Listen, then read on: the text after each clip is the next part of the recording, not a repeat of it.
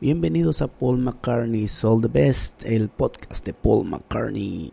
Y ahorita estamos en la etapa final de la historia de los Beatles. Ya estamos en la época de Abbey Road, el cual pasó 17 semanas en el número 1 en el Reino Unido. Y bueno, solamente fue un poco cortada por el disco de los Rolling Stones, el álbum Let It Bleed, el cual alcanzó la cima por una semana en diciembre y después pasó 81 semanas en las listas de todos los tiempos, mucho más que cualquier otra grabación de los Beatles. Obviamente, no como el Sargento Pimienta, pero Abbey Road logró establecer pues casi récords dentro de la discografía Beatles. Cuando el catálogo de los Beatles fue relanzado en el año del 2009, Abbey Road llegó al número 6, un lugar atrás del Sgt. Pepper. Con esta década que estaba tomando otra vez importancia de los Beatles, estamos hablando aquí de los 90s, y bueno, hay que acordarnos que este álbum se realizó a finales de los 60s, y había ya un montón de bandas y nuevas tendencias en la música. El hecho de que Abbey Road llegara y estuviera entre los mejores 10 álbumes vendidos entre el 60 y 69, todos ellos estaban, la mayoría hecha por los Beatles, con el Sargento Pimienta como el mayor álbum de ventas en la década. Esto pues incluyó que en la remasterización, ya combinadas las semanas de primer lugar de aquellos años y la de los 90s y los 2000, se llegara a 767 semanas en las listas del Reino Unido. Es decir, que más o menos como en promedio un año cada uno de los discos. Abbey Road fue el primer álbum de los Beatles que no fue mezclado en mono, y fue el primero que no fue ya su toma o su presentación final no fue ya hecha en EMI. Las sesiones de mezcla de I Want You el 20 de agosto del 69 en Abbey Road, el cual decidió hacia dónde iría la dirección del álbum, era la última vez en que los 4 Beatles estuvieron juntos en el estudio. En la grabación de I Want You, She's So Heavy, el 20 de agosto del 69. Es la última vez que estuvieron los Beatles juntos en el estudio. 2 días después de la última sesión de fotografías que se llevó a cabo en la casa de John Lennon en Tinternhurst, y el 20 de septiembre John anunció que quería divorciarse del grupo, aunque no podían desintegrarse oficialmente hasta que una apelación o una corte de apelaciones hiciera que la banda oficialmente estuviera deshecha en marzo del 71. Los Beatles ya con esto se habían completamente separado. Ahora te voy a comentar canción por canción qué es lo que sucedía, y en esta ocasión, ya dándole inicio al soundtrack o a las canciones que forman parte del Abbey Road, te comento que Come Together, que es la canción que abre el álbum, se grabó entre el 21, 22, 23, 25, 29 y 30 de julio y se mezcló el 7 de agosto. Aquí, acuérdate que este álbum Abbey Road es prácticamente George, Paul y Ringo, con algunas pocas intervenciones de Lennon, no solamente por las canciones en las que él canta, sino en las de los demás. Lo veremos poco a poco conforme se lleva a cabo este desarrollo del álbum. John Lennon canta y hace armonías, así como las guitarras y el pandero. Paul McCartney hace vocales de armonía y toca el piano eléctrico. George toca la guitarra líder y rítmica, y Ringo la batería y las maracas. En la canción Run For Your Life, John Lennon había dejado un tipo homenaje a Elvis Presley, Baby Let's Play House, y posiblemente esa misma inspiración le sirvió para decir la frase Run For Your Life, que es absolutamente un punto alto en la carrera de John, pero que él considerando la época en que se grabó Run For Your Life, era un punto alto, pero esta canción para él significó un punto muy bajo. Es decir, que mientras esta canción en Rubber Soul se grabó y él estaba en su mayor parte creativa, por así decirlo, Run For Your Life fue considerada por el mismo Lennon como una de las canciones más flojas y que se arrepiente de haber grabado. Sin embargo, bueno, cuando pasa el tiempo, John estaba buscando algo que sonara como Chuck Berry, como una fantasía Car Race o You Can Catch Me, un éxito menor del 56. Y en ese año, bueno, también Berry realizaría Roll Over Beethoven, pero Come Together de cualquier forma no detuvo a John de tomar un poquito de esta canción musicalmente hablando, y como un tipo de tributo a la canción de Berry. Desafortunadamente, cuando Come Together fue realizada, Maurice Levy Chuck Berry, el publicista de Chuck Berry, no vio el ángulo del tributo y, bueno, demandó a John Lennon por plagio. A pesar de que él protestó su inocencia, no hay nada como una canción de Chuck Berry, solamente le cambié algo en lugar de... él cambió, por ejemplo, Here Comes Old Iron Face, pero él puso otro tipo de palabras. Pero bueno, la canción finalmente se permaneció como independiente de Chuck Berry y de cualquier otra persona en la tierra. John estuvo de acuerdo con un arreglo fuera de la corte, y John entonces grabó 3 canciones en cambio para como tipo de paga de esto. Él grabó 3 canciones más, incluidas You Can Catch Me,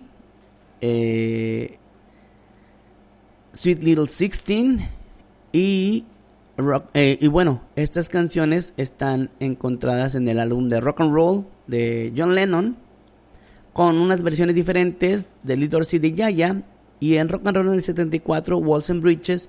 Como parte del acuerdo, John le dio también a Levi las cintas de grabación de las sesiones para que de su álbum de Rock and Roll. Sin el permiso de John, Levy creó un álbum solamente disponible enviado por correo, que se llamaba John Lennon canta los grandes éxitos del rock and roll o raíces. Naturalmente, John Lennon demandó a Levy sobre la realización de este LP ilegal y ganó 144.700 libras en daños. Es decir que ahí se aventaron los dos un tiro, ¿no? Con eso de andar plagiando.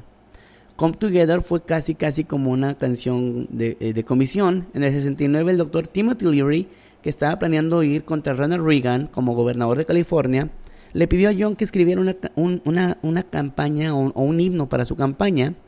El eslogan de Leary era Come Together, únete a la fiesta o únete al partido, que es más bien en esto, en lo político es únete al partido. John le dio el título, pero bueno, eso fue todo. John entonces diría que él intentó una y otra vez, pero no daba con algo, no se inspiraba. ¿Y qué quedaba con Come Together? Bueno, pues tenía que estar en algo que no fuera muy bueno para él. Pues no es como una canción de campaña, más o menos. Es en el evento de que Leary lanzó este concurso y el himno no apareció como esa forma. Entonces, de este sentimiento que la canción canta, él decía algo así como Come Together Right Now, Stop the War, o sea, vengan todos juntos ahora, detengamos la guerra. La grabación básica empezó con una máquina de 4 tracks, quizá de las que tenían ahí en Abbey Road de 8 tracks estaban todas en uso. Entonces en un track Paul puso el bajo, una mezcla del bajo amplificado y directamente conectado a la consola. George estaba en el track 2, Ringo en el track 3 y John grabó la guía vocal en el track 4. Una curiosa grabación de esta vocalización está presente en el Anthology 3. John Lennon había cantado la parte vocal en el estudio desde Give Peace a Chance y a principios de junio él mostró que como quiera estaba disfrutando el cantar, ¿no? Y ya decía Take It Easy Baby, Eartha Kid Man, siguiendo de esta canción transferida a 8 tracks. Ya la transfirieron después de que grabaron el track básico y grabaron el piano eléctrico, las maracas, así como una parte vocal líder y varias overdubs de guitarra. La canción finaliza con John diciendo "Shoot me", proféticamente triste, el cual es inmediatamente cortado para una parte de guitarra y bajo haciendo el riff, que estaban muy hermosamente construidos y durante toda la canción. Entonces todo esto hacía que la guitarra y el bajo estuvieran a la par y la batería era como que subía. Mientras el bajo y la guitarra iban para abajo, la batería subía. Era como un ir y venir en la canción. El hi-hat de Ringo completó muy bien este tipo de sentimiento. Y hubo una capa extra que se añadió de John aplaudiendo para lo que era el Dispárame. Y la parte del bajo, en la cual es tratada con eco, provee algo así un poquito más como una representación de una percusión que complementa la batería de Ringo. La forma de que John canta de forma entrecortada o cortada tenía un cierto de importancia hacerlo así, porque él quería que fuera ese tipo de campaña, una canción de campaña. El primer verso se canta en armonías y el verso 2 y el coro, bueno, pues estaban relativamente basadas en las escalas de blues.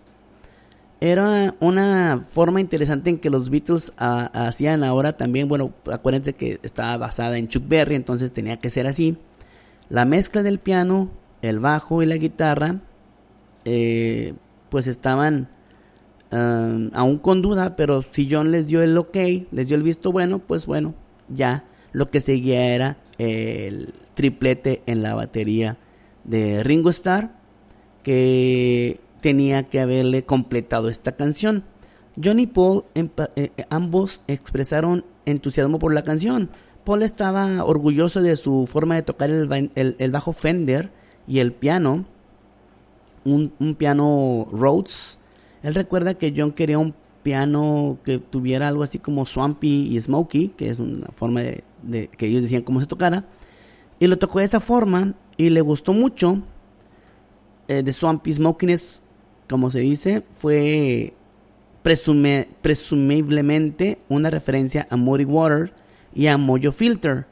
John le dijo a la revista Playboy que una vez que esta era una de sus canciones favoritas o canciones de Lennon favoritas. Es como que funky, algo bluesy, y estoy cantando muy bien. La forma de la parte vocal brilla mucho con los trucos de estudio de los años previos, así como que hay evidencia de esa cámara de ecos obligatoria que se utilizaba en el double track, con Paul añadiendo esporádicamente segundas voces.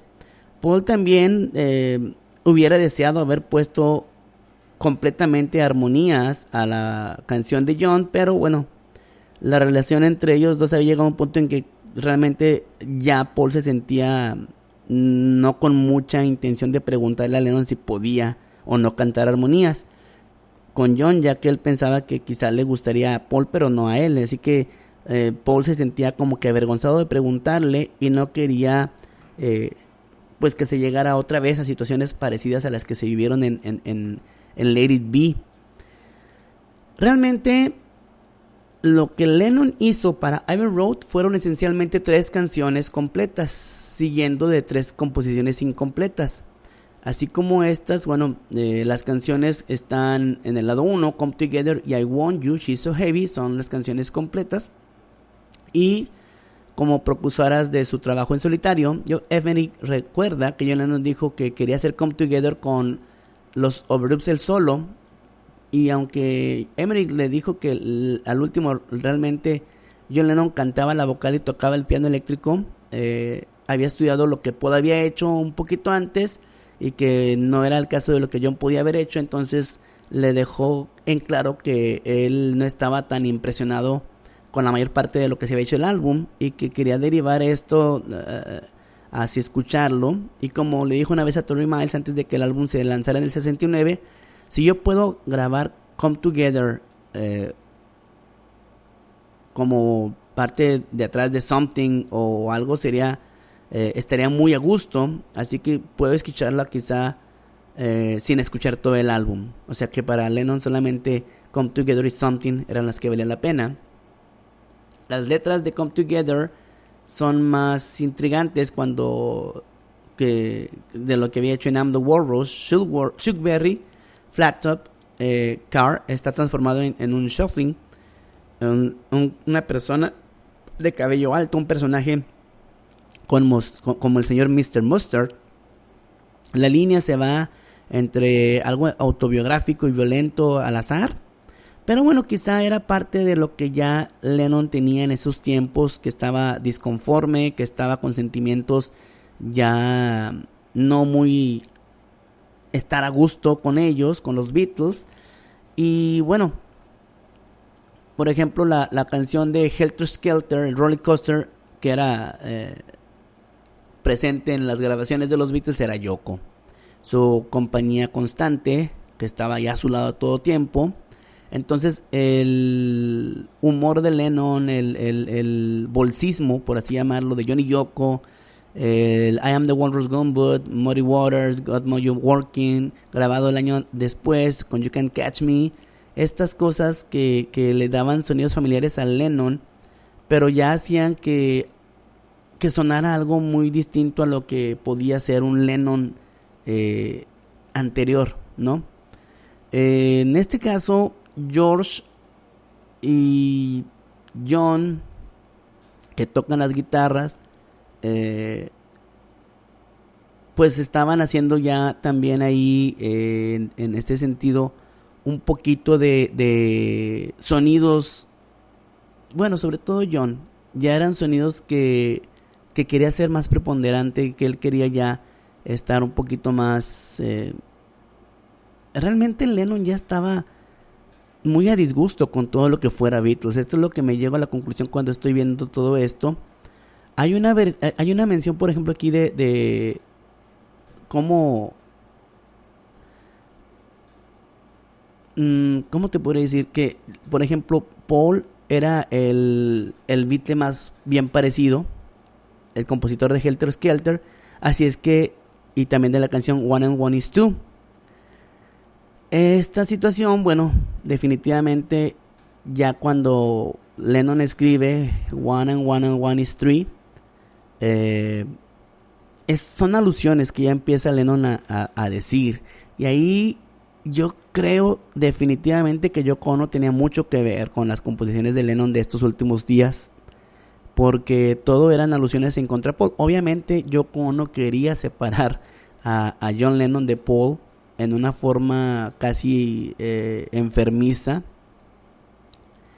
Ella lo tomaba de una forma muy distinta a lo que realmente era la relación Lennon-McCartney, que era de compositores, de amigos de toda la vida. Pero bueno, a mí me cae mucho y me doy mucho cuenta de la falsedad de Yoko cuando después ella pide que se separen, ¿no? Y le presta a May Pang y todo ese rollo que, bueno, ya corresponderá a los expertos de Lennon en decir qué fue realmente lo que sucedió. Pero era literalmente, y así como dicen, la mosquita muerta enemiga de Paul McCartney. Todo lo que hacían, a fin de cuentas, aunque ella se riera y todo lo que se viera, creo que a fin de cuentas, acá tras bambalinas, pues la intención era que decirle que Lennon era más fregón que McCartney, algo así. Bueno, eso ya después sucedería. Hay una mención a la Coca-Cola que causaría que la BBC prohibiera, por ejemplo, la canción de Lola, en el 70 de los Kings, hasta que Ray Davies sustituyó por la considerable menos potente Cherry Cola en el 69. John estaba evidentemente molesto o no tenía ganas de soportar a la BBC y solamente pusieron Something en el radio. Y como la canción ya llega a su final, va haciendo un fade out, que es en realidad la única canción de Abbey Road que hace que termina así. Las guitarras parecen estarse preparando para Something. Particularmente la figura después del segundo falsete de John, al mismo tiempo que John ya está haciendo sonidos de frustración, dan mucho a parecer a Cold Turkey, que se grabaría una semana antes de que Come Together fue realizado. Entonces, como te digo, John ya estaba muy distraído con sus cosas personales. Él ya estaba cumpliendo más por contrato que por estar con sus amigos. Y bueno, Come Together finalmente sí fue lanzada como sencillo junto con Something en octubre del 69. Un poquito antes de su lanzamiento se le dio la luz verde para que se lanzara en varias estaciones de radio, como era la práctica usual, e interesantemente fue considerada como un doble lado A. Ambos lados fueron enlistados en las listas al momento de esta demostración, que tenían una grande A como el lado de cada una de las canciones. Esto indicaría que Come Together fue lanzada, pero sin embargo, fíjate, aquí la letra A más grande estaba en Something. Así indirectamente, bueno, pudieron entender que Come Together era el lado B. Como John indicaría después a Barry Miles en el sencillo, un doble A, un doble lado A o no, Come Together fue relegada a las partes cortadas de los discos del sello de Apple. Y así llega al final este episodio de Come Together de Lennon, que como te digo, cada vez se ve ya más desinteresado por la situación de la historia de los Beatles. Paul McCartney ya tiene aquí... Hay que acordarnos que Paul McCartney, a pesar de que mucha gente considere hoy, él siempre consideró a John una gran influencia, un gran genio. Por tanto, Paul McCartney sí le tenía mucho respeto al punto de vista de John, y Paul McCartney le tiene también mucha, pues hasta cierta forma, pues un miedito, ¿no? De molestar a John. Y luego creo que todo lo fue juntando hasta que explotó cuando se separan, pero eso ya lo veremos más adelante. Gracias por escuchar este episodio, nos vemos en la próxima emisión. Hasta luego.